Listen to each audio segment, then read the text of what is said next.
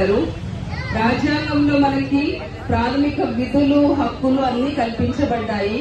అంటే దేశంలో మనం అంతవరకు స్వాతంత్రం లేకుండా బ్రిటిష్ వారి సామ్రాజ్యంలో చాలా అష్ట కష్టాలు పడిన మన భారత ప్రజలందరికీ కూడా స్వాతంత్రం వచ్చిన తర్వాత భారతదేశంలో మనకున్న హక్కులు, విధులు, వాటి గురించి మొత్తం రాజ్యాంగాన్ని నిర్మించారు.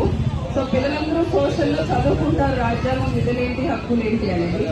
మీకు ప్రస్తుత జీవితంలో రాజ్యాంగం ఎప్పుడూ నిర్మించబడింది, కానీ మనకి విధులు మనం ఎప్పుడైతే హక్కులు కోరుకుంటున్నామో విధులను కూడా మనం పాటించాలి.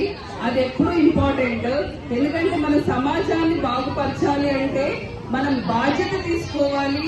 ఫర్ ఎగ్జాంపుల్, 2 కలెక్టర్ ఆఫీస్ నుంచి ఏవిఎన్ కాలేజ్ కి వచ్చే దారిలో ముక్కు మూసుకోకుండా ఎవరైనా వస్తారా?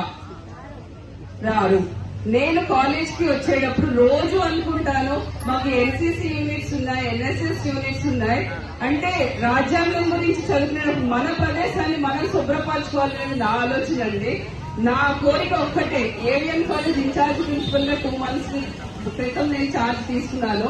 తీసుకున్న తర్వాత నా స్టూడెంట్స్ నేను రిక్వెస్ట్ చేసింది ఏంటంటే, 2 కలెక్టర్ ఆఫీస్ నుంచి మన కాలేజ్ వరకు చాలా నీట్ అండ్ క్లీన్ గా ఈ ప్రదేశాన్ని మనం బాగు చేయాలి అని మేము కంకణం కట్టుకున్నాం సార్. దానికి ఇక్కడ ఉన్న నేతలందరూ కూడా మాకు సహాయం చేయాలి.